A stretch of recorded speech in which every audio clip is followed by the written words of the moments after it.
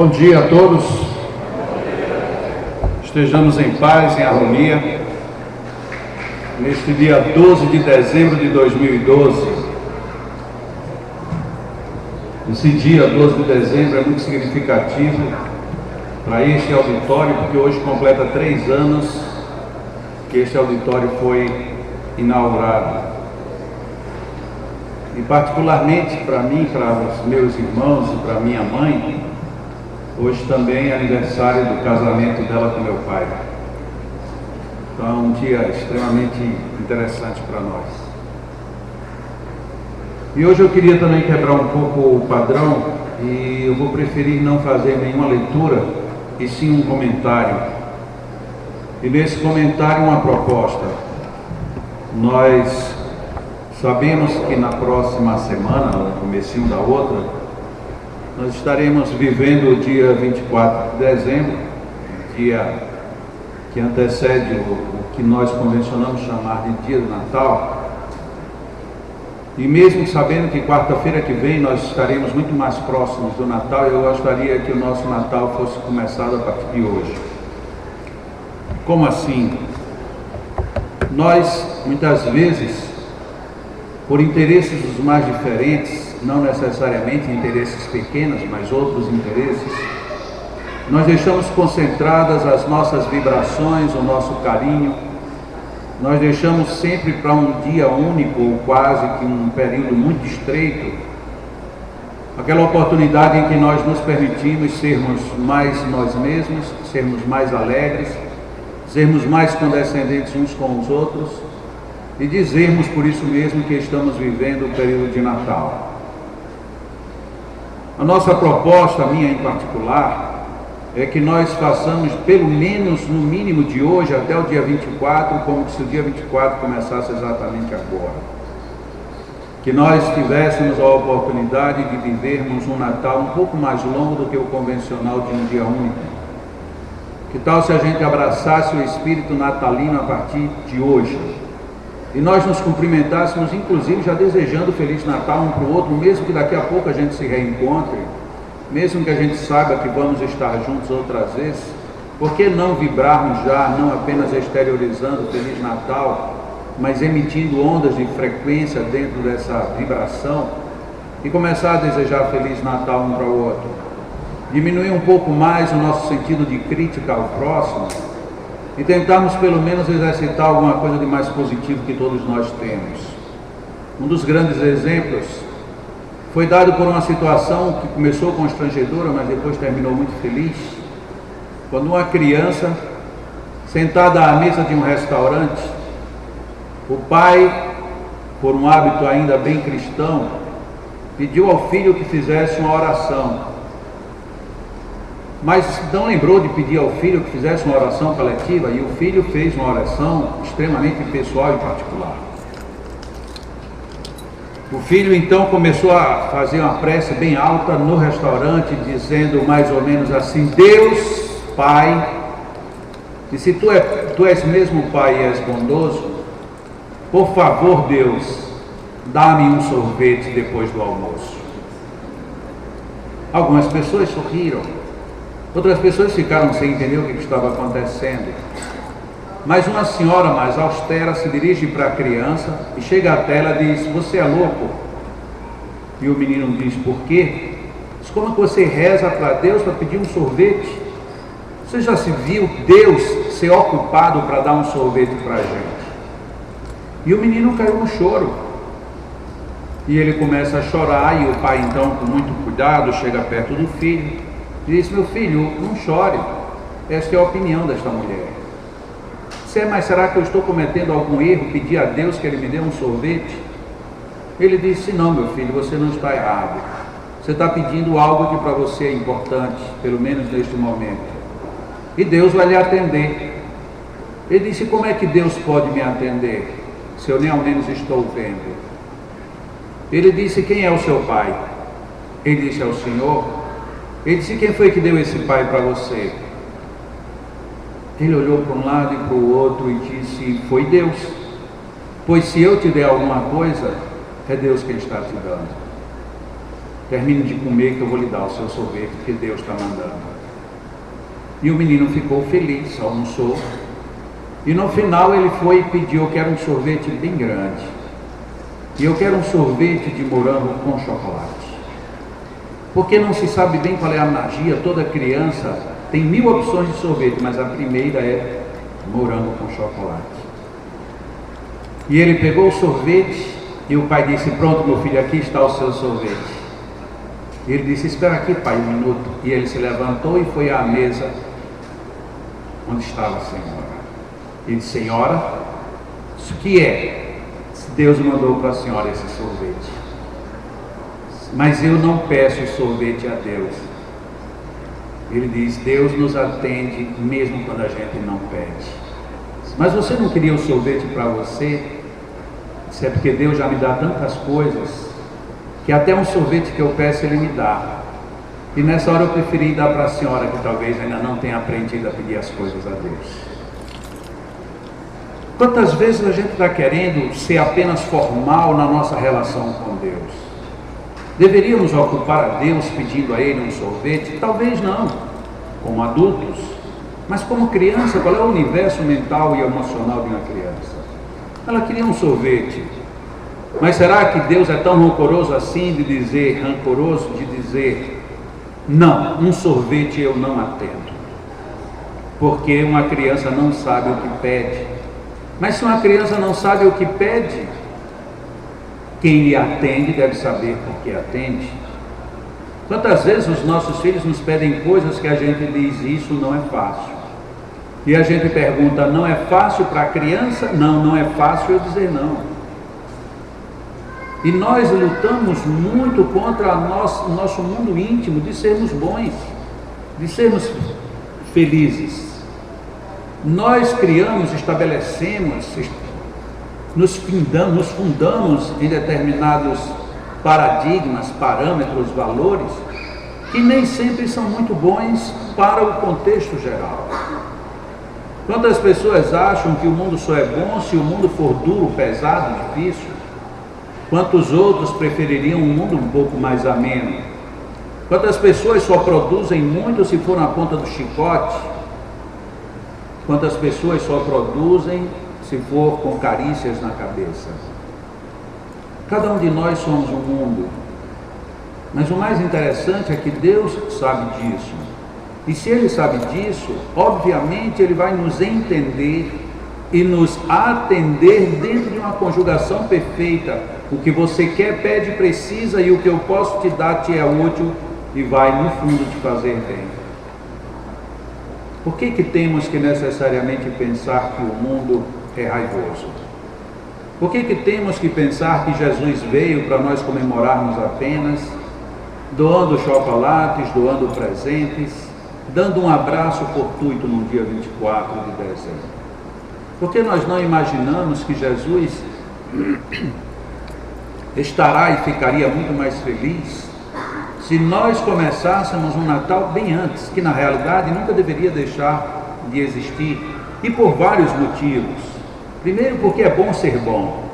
Segundo, porque não se tem precisão da data que Jesus aqui nasceu. Terceiro, Jesus não nasceu num único dia. O grande nascimento de Jesus foi exatamente a sua vivência com a sua mensagem. Mas nós ficamos muito presos a um calendário que a gente nem sabe muito porquê. E o bom é que logo depois do Natal nós entramos no mundo da promessa. E uma promessa que dificilmente a gente vai repensar sobre ela. Algumas pessoas já devem ter se dado conta de que estamos no mês de dezembro. E no mês de dezembro eu me lembro que há um ano eu prometi que neste ano eu faria. E ficou no passado, ficou no mais que perfeito. Não fizemos. Ah, mas já está chegando o Natal e no próximo ano nós faremos. Nós quem? Nós eu ou nós os outros? Porque nós queremos muito, e quem de nós não pede, a paz do mundo, a paz no mundo, a paz para o mundo. E Nando Cordel nos coloca: a paz do mundo começa em mim. E nos esquecemos desse pequeno detalhe. Ah, eu gostaria muito que o meu vizinho fosse menos aborrecido. Seria ótimo. Mas por que você não faz algo para que isso comece a acontecer? Ontem no nosso estudo, eu lembrei de uma leitura que eu fiz de um dos capítulos de um livro bem interessante, não espírita, e que é muito conhecido, Canja de Galinha para a Alma. E nesse livro tem uma história de um professor, um emérito professor norte-americano, muito bem conceituado mundialmente, e que ele foi assistir uma aula de uma de suas alunas. A sua aluna estava dando aula para crianças que estava terminando o que nós chamamos de segundo grau. E quando ele chegou na sala, sentou-se ao fundo, percebeu que todos os alunos estavam escrevendo numa folha de papel, inclusive a professora.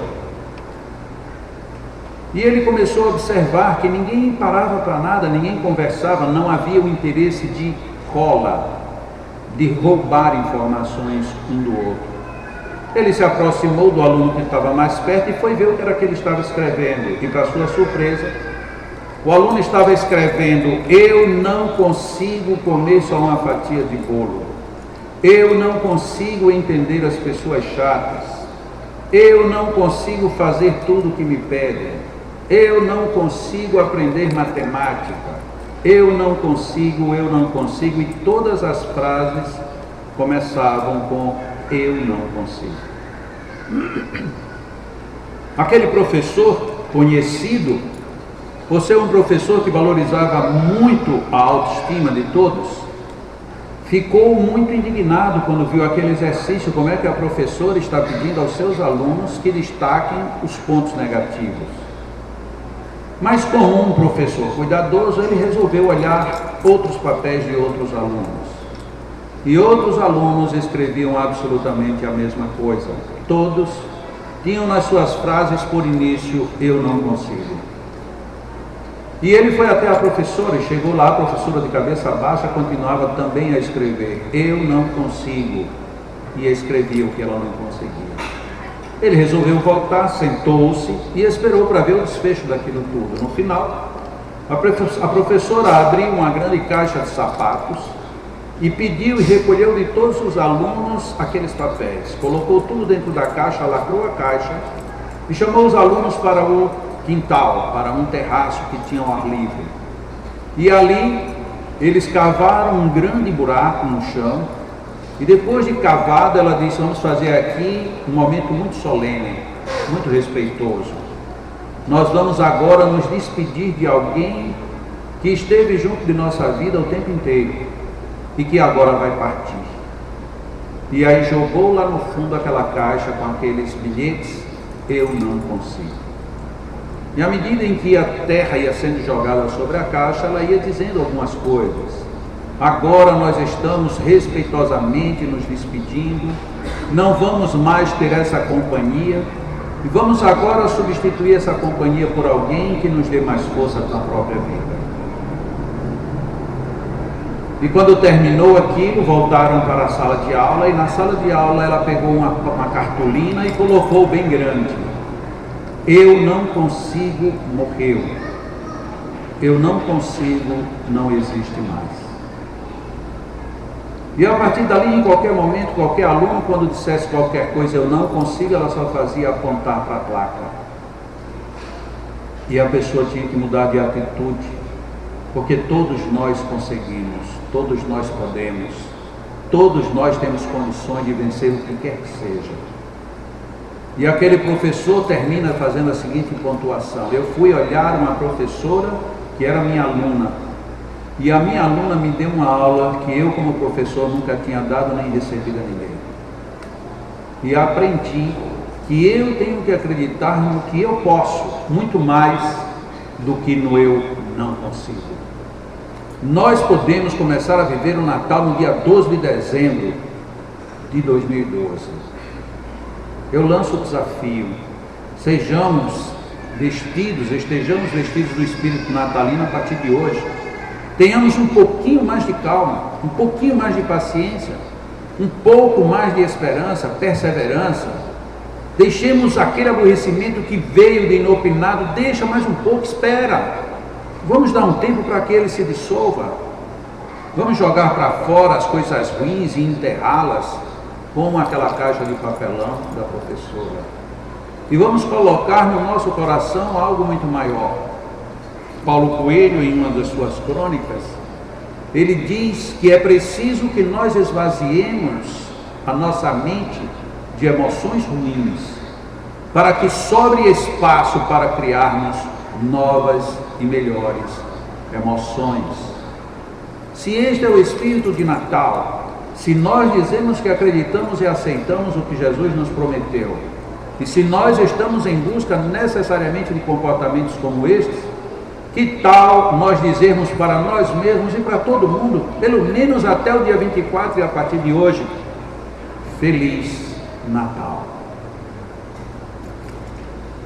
Alguém deixou ali uma chave de um carro. Se quiser depois pegue aqui, se não quiser a gente faz uma doação por Leão, tá bom? Tá aqui uma chave, tem um texto ou algo parecido.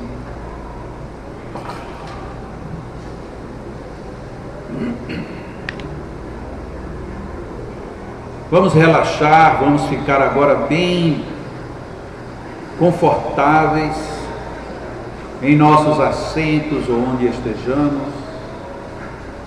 Vamos fazer um exercício de respiração. Vamos procurar nos encontrar com Jesus. Vamos tentar no nosso exercício de agora desejar um Feliz Natal para Ele também. Procuremos, num primeiro momento, visualizar uma imagem de Jesus que nós tenhamos facilidade de recordar. Normalmente nós nos lembramos de Jesus em um quadro, em uma moldura que nós vimos ou que nós temos. Outras vezes numa imagem, num andor. Outras vezes como aquele ser que nem distinguimos tanto fisicamente, mas que percebemos quando estamos pedindo aos céus bênçãos e proteção. Fixemos agora a nossa mente exclusivamente na imagem, evitando pensar qualquer coisa. Olhemos a imagem, olhemos o cenário em que estamos vendo Jesus. Se numa paisagem, observemos quanta luz e quanta serenidade. Se estamos vendo apenas o seu busto, o seu rosto, procuremos perceber quanta luz parte daí.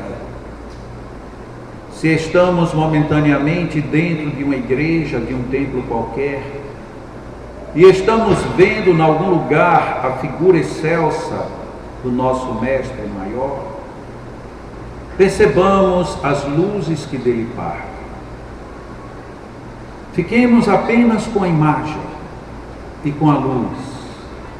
Percebamos que Jesus é grandioso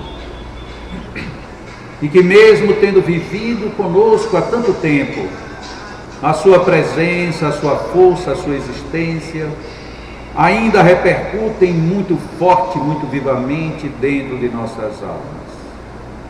Não deixemos que absolutamente nada nos perturbe. Mergulhemos apenas na imagem de Jesus. Sintamos e percebamos a luz que dele vem. Fiquemos mentalizando Jesus. Sintamos a presença de Jesus. Se muitas vezes não conseguimos ir até Ele, que tenhamos Jesus trazido agora para perto de nós. Pensemos em Jesus, sintamos a presença de Jesus. Vivamos o clima natalino de Jesus, sem que absolutamente nada nos tire da concentração. Pensemos apenas nesta imagem que mentalizamos de início. Pensemos em Jesus. E quanto mais nós mergulharmos nesta imagem, quanto mais firme ficarmos nesta frequência, nesta onda, melhor perceberemos quão Jesus está perto de nós. Deixemos que Jesus nos envolva. Deixemos que as bênçãos de Jesus deixem de ser apenas quimeras ou hipóteses. Transformemos as suas bênçãos em bênçãos a envolver a nossa alma. E envolvidos nas bênçãos de Jesus, que, como ele disse, é suave e leve, que estas bênçãos penetrem o nosso universo. Nos lembremos de Jesus, que transitando em meio à multidão, depois que a mulher que lhe tocou as vestes ter sido curada, foi trazido até ele uma multidão imensa de doentes. E segundo a narrativa do Evangelho, todos os que lhe tocaram as vestes ficaram imediatamente curados. Que peçamos a Jesus que possamos tocar as suas vestes não físicas, e não apenas para tirar apenas os nossos problemas físicos, mas encontremos-nos com Jesus, toquemos-lhes as fibras da alma, para termos refeitas as nossas dificuldades espirituais, para que o nosso coração se abrande, para que a nossa alma se asserene, para que as virtudes do céu se façam presentes onde quer que estejamos. Deixemos que a imagem de Jesus por si só nos envolva, nos abrace, mergulhe em nossa alma, mas que a figura de Jesus seja muito mais a força da sua mensagem, o desejo sincero de vivermos os seus momentos na terra com grandiosidade, dentro da vida que aqui temos e que nem sempre tem sido tão bem entendidos. Dá-nos, Jesus, a paz e a harmonia. E com o auxílio dos nossos magnetizadores, nesta manhã e mais uma vez, te pedimos, nosso irmão maior, que as tuas bênçãos nos envolvam neste instante. Nós não te pedimos absolutamente nada, objetivamente nada para o nosso corpo, mas te pedimos, Senhor, dá-nos a tua fortaleza, dá-nos a tua grandiosidade, para que sejamos energia pura, para que tenhamos vida em abundância, para que, estando em ti, o teu amor e o teu evangelho estejam em nós, para que, vibrando contigo e em ti, transmitamos e vivamos a paz e a harmonia. Que as energias deste ambiente, saturadas pelas energias que vêm do mundo espiritual, onde um verdadeiro cortejo de amigos, de espíritos afins, vem para nos socorrer, para nos dar o ombro, para nos sustentar e até nos levar nos braços, que tudo isso seja agradecido de coração, que tudo isso seja percebido por nossa alma, e que levemos dentro de nós as melhores vibrações de harmonia e paz. Fixemos a imagem de Jesus com equilíbrio e grandiosidade. Vivamos tudo isso agradecendo a Deus, porque Ele nos enviou um grande mestre para nos dar as maiores lições de sabedoria e de amor, de reino do céu feliz e de grandiosidade na vida enquanto aqui estivermos. Agradeçamos a Jesus pelos exemplos, agradeçamos a Ele, dizendo que foi muito boa a vinda dele à terra, apesar de que há tanto tempo ainda não a entendemos plenamente, ela foi o grande divisor das nossas vidas, nos dando o ensejo de sermos pessoas melhores. Deixemos que esta imagem de Jesus se transforme em luzes para as nossas almas. E enquanto os nossos magnetizadores se retiram para a magnetização de nossas águas, percebemos que no nosso ambiente muitos espíritos amigos abraçam-se emocionados com muitos dos que aqui estamos. Um abraço de emoção, de saudade, mas sobretudo um abraço de carinho e de boas festas. Porque Jesus, quando nos quis falar do céu, Ele lembrou que o paraíso é como uma grande festa. E é este espírito de festa, de gratidão e de harmonia que nós devemos seguir mantendo por mais um pouco, pelo menos, enquanto as águas serão magnetizadas. E levemos daqui hoje a certeza de que todos viveremos não apenas um bom Natal, mas um grande Natal que começa hoje e que se estenderá todas as vezes que nos lembrarmos de tudo isto que Jesus nos orientou. Continuemos em oração e em paz, que assim seja.